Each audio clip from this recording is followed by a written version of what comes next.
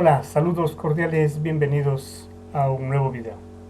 Hoy hablaremos de la literatura romana, que es importante en nuestro medio. En este caso decimos que el latín es la lengua más conocida entre las lenguas muertas. Ojo, hace 20 siglos aproximadamente. Y dio el nombre a la antigua comarca de Lacio y fue adoptada posteriormente por los fundadores de Roma con aproximaciones de otros idiomas como el griego, el umbrío, que ya no hay, el osco y el estrusco, que tampoco existen.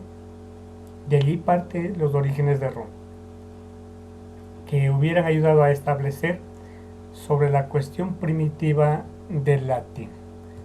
Entonces miren cómo está. La literatura romana empieza siendo clásica, abraza dos partes muy marcadas que son la literatura indígena y la imita. Pensamos que solo en América había eso, ¿no? La literatura indígena ha dejado muy pocos vestigios, proceden del origen de Roma. Literatura imitada. Son copias de las culturas y creencias de Italia y Grecia que estaban fusionadas por allí, para así demostrar una Roma más elegante y culta. Su ego era bastante crecido, los romanos, por ser una cultura supuestamente de las mejores. Imita a la griega en sus temas y formas. Los romanos casi no tuvieron una estructura perenne, personalizada.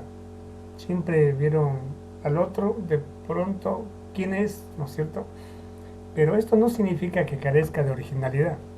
Entre los aportes más importantes se destaca el desarrollo de la sátira. Hacer broma, ¿no? La profundidad que adquiere el lío poético y el instrumento ideológico que se convierte en género épico. Épico viene de épica, que significa narración, de reyes, de los semidioses que existían. Va desde orígenes, desde el nacimiento de Cicerón en el año 106 a.C., va desde la muerte de Augusto hasta el año 200 después de Cristo, va desde el nacimiento y muerte de Augusto, que es en el año 14. Este latín abarca la esfera familiar. Eran los presagios de esos personajes. Literatura romana, decíamos, en el contexto está la fundación de Roma, la monarquía romana, la República Romana, el Imperio Romano, las invasiones bárbaras, caída de Roma, de Occidente. Todo pueblo crece, crece, crece hasta que un momento cae. Y esta es una rueda de atributos, un pensamiento en sí de todas las cosas. Hoy está, mañana nuestra. Las características de asimilación de la cultura griega, eso es lo más que se dice. El nivel temático, el nivel formal, tuvieron una base mitológica. Desarrollaron otros géneros además de los tradicionales. La literatura respondía a intereses políticos e ideológicos. Eso no va muy lejos ahora. En cada país, en cada pueblo, trasciende la parte política, la parte de ideología, de pensamiento social, pensamiento económico. Lamentablemente aún no debería ser. Rasgos creativos de la literatura latina. Estas manifestaciones son de carácter oral, son las denominadas carmina, que ofrecen nuestras características muy diversas. Entre ellos estaban las canciones funerarias, cantos laudatorios religiosos, cantos de música sacra, que ellos fueron muy religiosos. Y es más, todo pueblo tiene un horizonte a la divinidad. Le propongo esto. El niño es protegido por su madre. Su madre es protegido por el varón de la casa. Y a él, ¿quién le protege? Por ahí nació psicológicamente el nacimiento de alguien que nos proteja, uno superior a una divinidad. Y los romanos, los griegos, los fenicios, pueblos que tenían sus propios dioses. Y en la actualidad, en cada país, en cada región, sucede lo mismo. Diferentes dioses. Y no podemos decir que de tal pueblo es el mejor o de tal pueblo es el peor. Son similitudes, son procesos inventados por el hombre. Diálogos satíricos critican a personajes, características de la sociedad que mucha gente hoy en día hace en cada ciudad. Géneros predominantes de la literatura clásica romana, la poesía épica. El principal representante del género épico en la literatura latina es Virgilio, con la obra Eneida. Acuérdense, la épica latina ofrece una versión poética del presente, del pasado y del futuro de Roma. Esto coordina con la Biblia de los cristianos. Tienen lo pasado, lo presente, el futuro, el infierno, el purgatorio y Dios. Más o menos por allí. Desde el punto de vista de los personajes, estos mantienen la capacidad guerrera propia de los héroes griegos, pero representan y encarnan el ideal del hombre romano que lucha por unificar y fortalecer el imperio. La poesía latina, remodelo de los géneros y los motivos iniciados por la literatura griega, dando lugar a tres tendencias. Una tendencia intimista, una crítica y otra contribuyente a la idea de Roma. De allí viene el teatro latino. El teatro culto latino se nutre del teatro griego, siempre será una imitación. Bien, estos tres se dividen en tres épocas principales.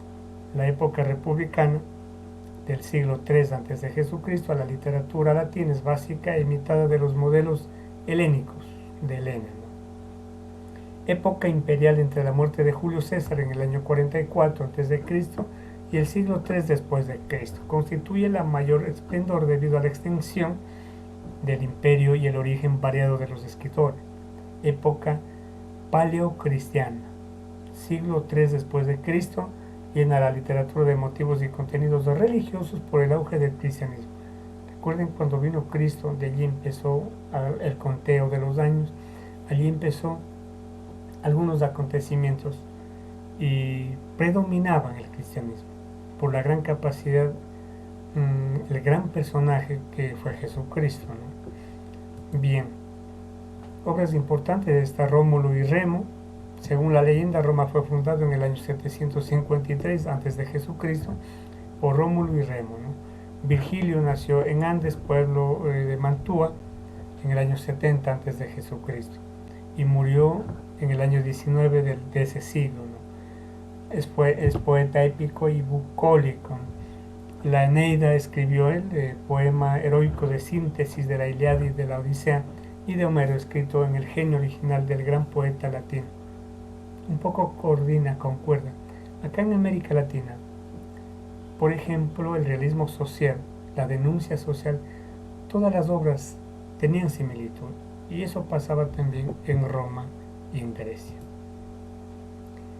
Figuras importantes: Séneca, figura fundamental del estoicismo romano, filósofo, poeta y dramaturgo, educador del emperador Nerón, el más malo, ¿no? Entonces, ¿qué podríamos pensar? ¿Quién luego lo condena a muerte? De ahí también aparece Virgilio, un personaje que no tuvo preocupaciones económicas, lo cual le permitió dedicarse